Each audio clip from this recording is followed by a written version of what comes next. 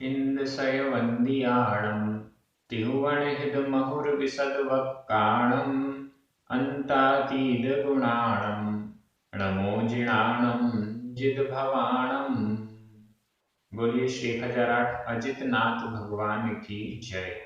आचार्य श्री कुंद कुंद स्वामी की जय। हम सभी बड़े सौभाग्यशाली हैं जो हमें आचार्य कुंद कुंद स्वामी का महान ग्रंथ पंचास्तिकाय अध्ययन का अवसर मिल रहा है। यह ग्रंथ बहुत महत्वपूर्ण है। जीव अजीव आदि समस्त द्रव्यों का और तत्वों का बहुत अच्छा वर्णन इस ग्रंथ से हमें प्राप्त हो रहा है। इस दृष्टि से हमारा अध्ययन बहुत अच्छा चल रहा है। हम सभी विनय पूर्वक आचार्य कुंद कुंद स्वामी की इन गाथाओं के एक एक शब्द को समझने का प्रयास कर रहे हैं। एक एक शब्द को भाषा की दृष्टि से, व्याकरण की दृष्टि से समझने का पुरुषार्थ कर रहे हैं। आज हम दो गाथाओं का अध्ययन करेंगे, क्रमशः गाथा क्रमांक 126 एवं 127। ये दोनों गाथाएं बहुत सरल हैं, समझने योग्य हैं। यहाँ पर अजीव के कौन से गुण होते हैं, कौन सी पर्यायें होती हैं, जीव का क्या स्वरूप होता है, जीव और अजीव में क्या अंतर है, इसको ये दोनों गाथाएं स्पष्ट कर रही हैं। इस दृष्टि से बहुत महत्वपूर्ण हमारा यह अध्ययन इन गाथाओं का होने वाला है। चलिए प्रारंभ करते हैं। गाथा क्रमांक 126। उच्चारण। संठाणा, संठाणा, संघादा, संघादा, वर्ण, वर्ण, अधणा उरणा, वर्ण, रसफास, रसफास, आधा प फ, रसफास, गंध, सद्दा, सद्दा, य,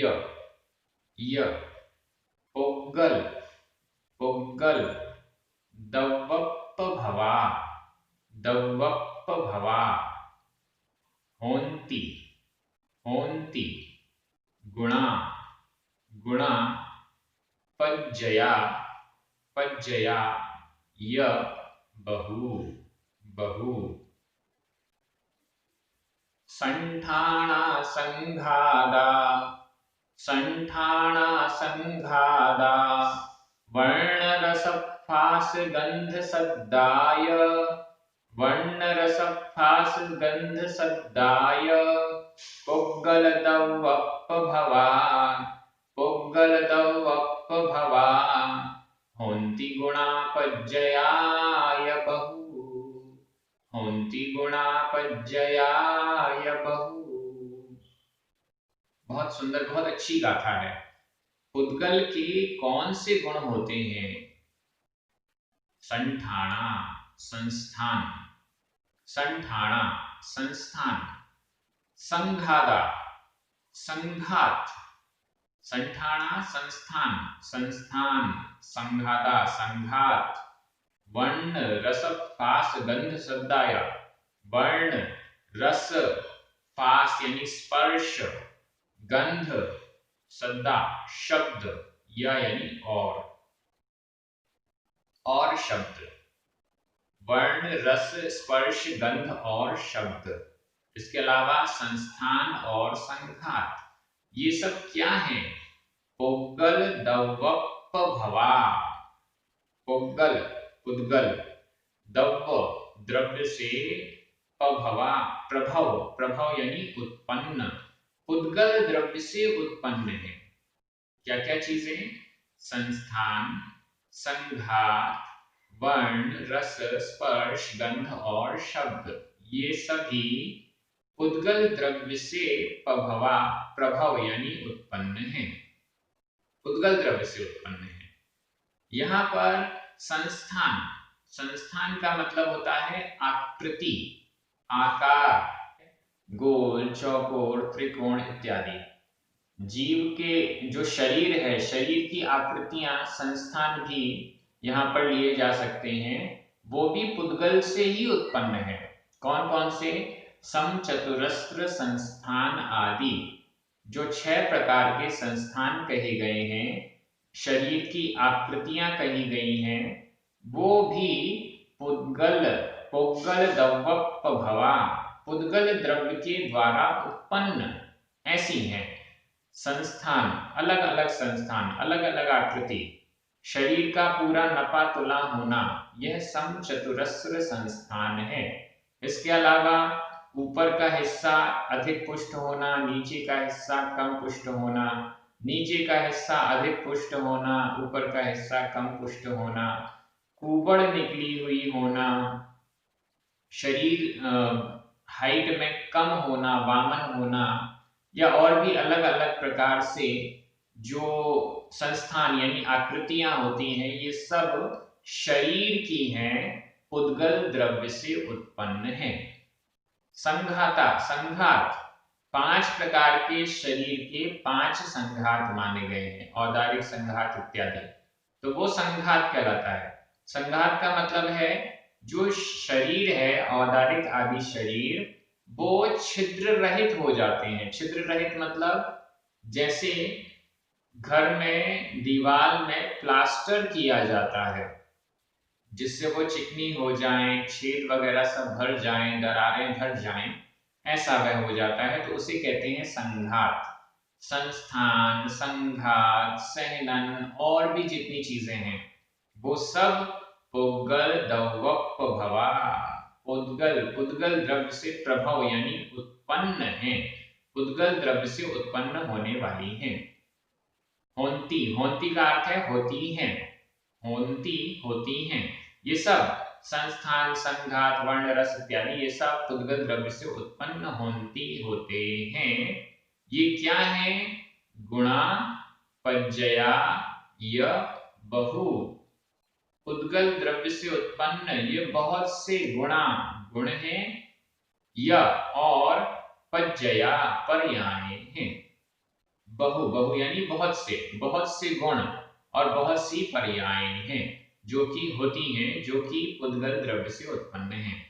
संस्थान, संघात ये तो पर्याय हैं, और वर्ण, रस, स्पर्श, गंध, शब्द ये गुण हैं, ऐसा समझना चाहिए। शब्द को भी पर्याय कहा जाएगा। वर्ण, रस, स्पर्श और गंध ये तो पुद्गल द्रव्य के गुण हैं, और इनसे सहित जो होते हैं, जैसे शब्द, संघात, सहनन, ये सब पुद्गल द्रव्य की पर्याय हैं, ऐसा हमें समझना चाहिए। यहाँ पर अजीवास्तिकाय के वर्णन में जीव और अजीव का भेद समझना बेहद आवश्यक है। इस दृष्टि से यहाँ पर पुद्गल के गुण और पर्याय बता दिए गए। अगली गाथा में जीव के क्या स्वरूप है, तो जिससे पता चल जाए कि दोनों में क्या डिफरेंस होता है। ये गाथा सरल है। संस्थान, संघात, इन सब में संठाणा, संघादा, वर्ण, रस, फास, गंध, सद्दा प्रथमा विभक्ति का बहुवचन है। पुद्गल दवप भवा, इसमें भी गुणा, पज्जया, बहु, इन सभी शब्दों में प्रथमा विभक्ति का बहुवचन है। होंती होते हैं, यह वर्तमान काल अन्य पुरुष बहुवचन का प्रयोग है, क्रिया रूप है। इसके अलावा समास पर भी हम चर्चा कर लेते हैं। वर्ण, रस, फास, गंध, सद्दा, यह द्वंद्व समास है। द्वंद्व समास में दो या दो से अधिक पदों को और से जोड़ा जाता है। तो इस दृष्टि से वर्ण, रस, फास, गंध, सद्दा यह द्वंद्व समास का प्रयोग है। पुद्गल दवप भवा, पुद्गल द्रव्य से उत्पन्न, तो पुद्गल द्रव्य से यहाँ तृतीया विभक्ति है, तृतीया तत्पुरुष समास है। जो मैं आपको विभक्तियां बताता हूं, वो विभक्तियां तो अंत में लगी हैं, जैसे पुद्गल दवप भवा, यह प्रथमा विभक्ति का बहुवचन है। यहां अंत में पभवा, इसमें पभव शब्द है, पभव शब्द में प्रथमा विभक्ति का बहुवचन हुआ तो बन गया पभवा। यह विभक्ति अंत में लगती है। और जब हम समास की बात करते हैं, समास में पुग्गल दव्वप पभवा, पुग्गल द्रव्य, पुद्गल द्रव्य से, पभव यानी उत्पन्न, पुद्गल द्रव्य से उत्पन्न। अब यहाँ पर जो से विभक्ति है, पुद्गल द्रव्य से, यह से गायब हो गई और ये पद समासित हो गया। तो ये गायब होने वाली जो विभक्ति है वह तृतीया है, इसलिए यहाँ पर तृतीया तत्पुरुष समास का प्रयोग है। आप में से कई लोगों ने पूछा कि ये दो दो विभक्तियां कैसे आ रही हैं, तो इसका रहस्य आपको इस प्रकार से समझना है। संधियां सीखना बहुत जरूरी है, समास सीखना भी उतना ही जरूरी है, यदि हम अच्छे से इन गाथाओं का, प्राकृत के साहित्य का अर्थ लगाना चाहते हैं। तो चलिए, ये गाथा कंप्लीट हुई, आप सभी बहुत अच्छे से इसको समझ चुके हैं। अगली गाथा क्रमांक 127, उच्चारण। अरस, अरस, मरूव, मरूव, मगंध, मगंध, मव्वत्तम, मव्वत्तम, अरस मरूव मगंध मव्वत्तम। यहां पर हम अरसम ऐसा नहीं कह रहे। अगर हम अरसम कहेंगे तो मां, जो यहाँ पर मां में छोटा आ है, वो आधा हो जाएगा और वो अरसम, स के ऊपर बिंदी, ऐसा उच्चारण आ जाएगा। इसलिए हमें उच्चारण करना है अरस मरूव मगंध मव्वत्तम, यह उच्चारण करना है। चेदना गुण मसद्दम, यहाँ पर भी मसद्दम, क्योंकि हमें इसका जब संधि विच्छेद करेंगे तो असद्दम यह अर्थ निकालना है। चेदना गुण मसद्दम।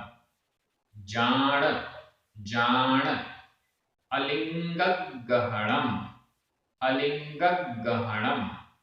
जीव, मणिदिट्ठ, मणिदिट्ठ, आघता पुरदा, आधट्टा पुरट्ठ, मणिदिट्ठ। संठाणम, जीव मणिदिट्ठ संठाणम।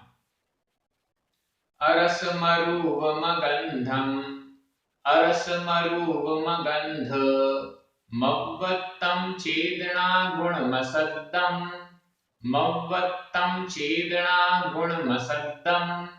जाण अलिंगगहणम, जाण अलिंगगहणम।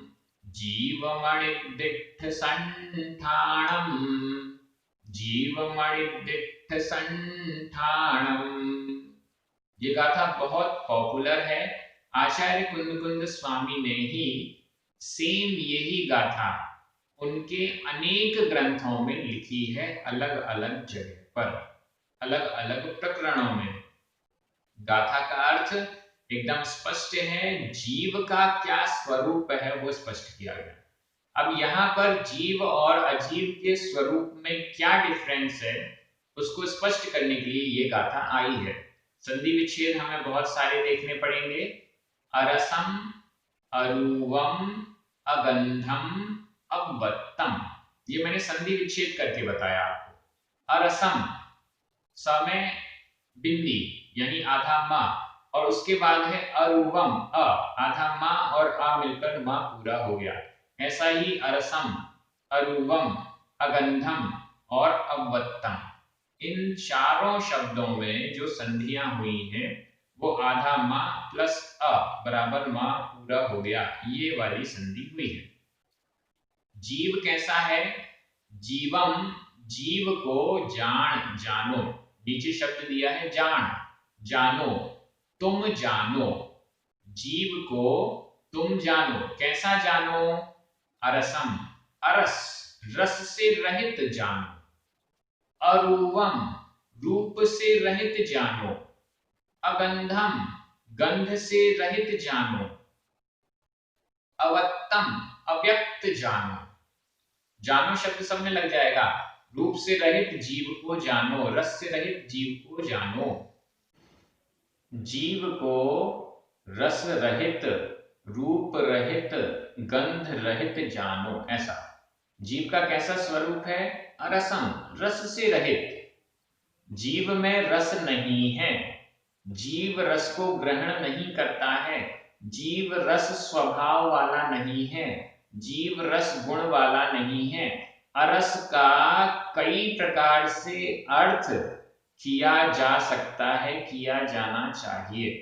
आचार्य जयसेन स्वामी ने टीका में बहुत अच्छा वर्णन किया है। अरस, जीव अरस है, हर दृष्टि से अरस है, हर नय से अरस है, हर दृष्टि से। रस को रस रूप नहीं है, रस गुण रूप नहीं है, रस पर्याय रूप नहीं है, रस को ग्रहण नहीं करता है। रस को जैसे इंद्रियां ग्रहण करके जानती हैं, वैसा छायोक्षमिक ज्ञान रूप भी नहीं है। ऐसे बहुत प्रकार से अलग अलग तरीकों से रस रूप जीव नहीं होता है, इसको सिद्ध किया जा सकता है, इस पर चिंतन किया जा सकता है। और इसी प्रकार से रस रूप नहीं है, इसके बाद रूप के स्वरूप वाला नहीं है, रूप नहीं है, रूप नहीं है, जो दिखाई देता है वो रूप होता है। जीव दिखाई नहीं देता आंखों से, इसलिए वह रूप रहित है। जीव रस रूप नहीं है। रस क्या होता है? जिसे हम जिह्वा इंद्री से ग्रहण करते हैं उसे रस कहते हैं।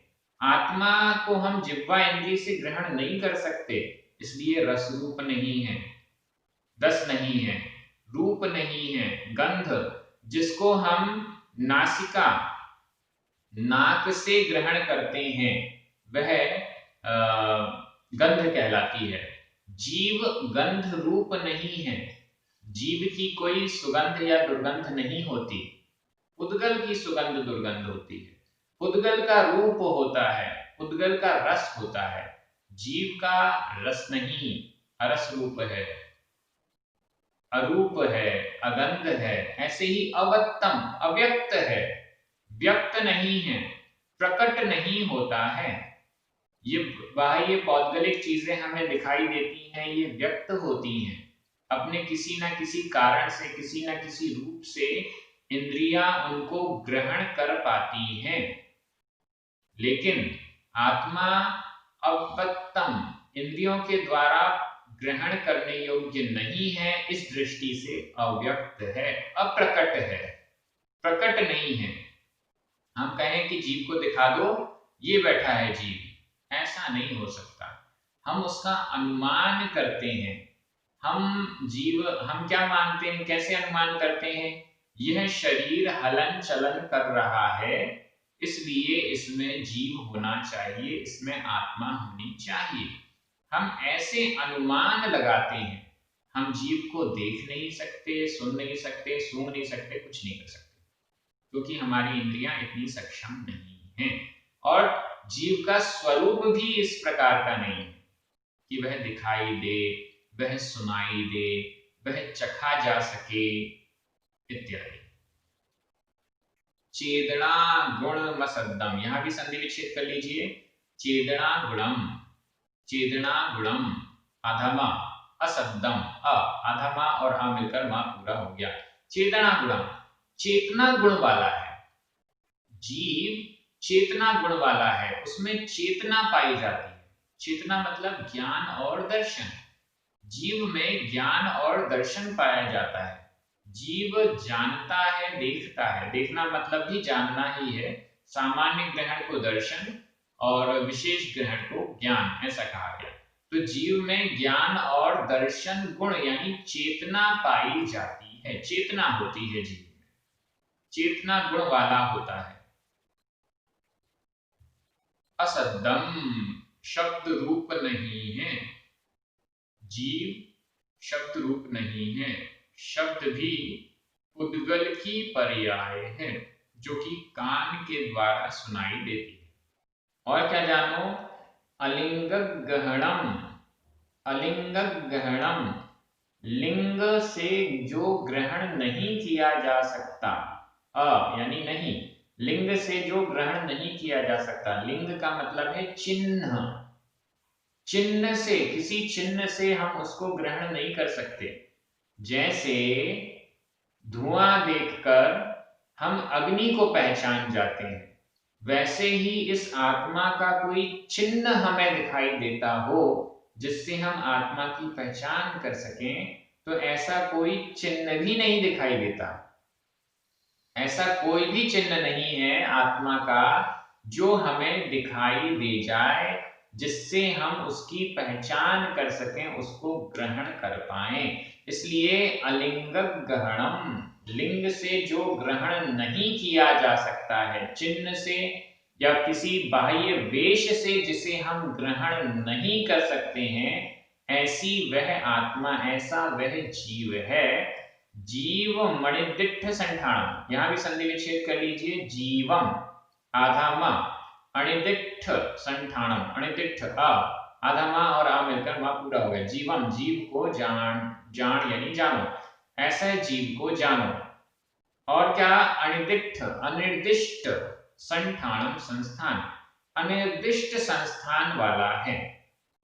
संस्थान का मतलब आकृति, अनिर्दिष्ट आकृति वाला है। जीव की आकृति का निर्देश नहीं किया गया है। जीव की कैसी आकृति होती है, गोल चौकोर कैसा होता है, वो कोई भी निर्देश जिसका नहीं किया जा सकता। जीव की आकृति हम क्या बता सकते हैं, ऐसा ऐसा होता है? नहीं बता सकते हैं। इसलिए अनिर्दिष्ट संस्थान वाला है, आकृति रूप नहीं है। और यहाँ आकृति से तात्पर्य दिखाई देने वाली या इंद्रियों के द्वारा ग्रहण करने योग्य ऐसी किसी भी आकृति से, आकार प्रकार से रहित है। ऐसे जीवम, जीव को जानो। ये जितने भी शब्द हैं, अरसम, अरुवम इत्यादि, जीवम इत्यादि, सब में द्वितीया विभक्ति का एक वचन है। जान यह विधि एवं आज्ञा काल का मध्यम पुरुष एक वचन का क्रिया रूप है। जानो, तुम जानो। इसके अलावा समास की दृष्टि से देखें तो चेतना गुणम, चेतना ही गुण है। तो यहां गुण का विशेषण है चेतना। इस दृष्टि से कर्मधारय समास है, कर्मधारय समास है विशेषण और विशेष्य के कारण। अनिर्दिष्ट संठाणम, यह भी संस्थान कैसा है? अनिर्दिष्ट है। संस्थान का विशेषण अनिर्दिष्ट शब्द है, तो यह भी कर्मधारय समास का प्रयोग है। अलिंगक ग्रहणम, लिंग के द्वारा जो ग्रहण नहीं किया जा सकता है, तो यहाँ पर के द्वारा, यह तृतीय विभक्ति का प्रयोग आ रहा है। इसमें बीच में तृतीया तत्पुरुष समास है। मैं बीच बीच में समास इसलिए बताने लगा हूं क्योंकि आपका भी मन समास को सीखने का हो जाए, समझने का हो जाए। थोड़ा सा इससे कठिनाई बढ़ जाती है। विभक्तियां बताता हूं तो भी आपको कठिन लगने लगता है, और संधि और समास, संधियां तो अब समझ में आने लगी सबको। समास में अभी शुरुआत है इसलिए दिक्कत आ रही होगी। समास के सारे वीडियोस बन गए हैं, आप उनको भी प्राकृत प्रशिक्षण यूट्यूब चैनल पर या प्राकृत ऐप पर जाकर देख सकते हैं, समझ सकते हैं। मेरा उद्देश्य है कि जितने ग्रंथ मैं पढ़ा पाऊंगा अपने जीवन काल में नहीं कह सकता, लेकिन आपको अगर कोई प्राकृत जैनागम का ग्रंथ पढ़ना है तो आप स्वयं समर्थ हो जाएं। इस दृष्टि से संधि, समास और बहुत सारी चीजें आपको सिखाई जा रही हैं। आप सभी बहुत अच्छे से पढ़ रहे हैं, आनंदित हो रहे हैं, विनय पूर्वक ग्रंथ अध्ययन का पुरुषार्थ कर रहे हैं। आप बहुत धन्यवाद के पात्र हैं। हमारे जो पुण्यार्जक जिनके निमित्त से ये सब कार्य YouTube पर परमानेंट हो रहे हैं, उनको भी बहुत बहुत धन्यवाद। जिनवाणी माता की जय।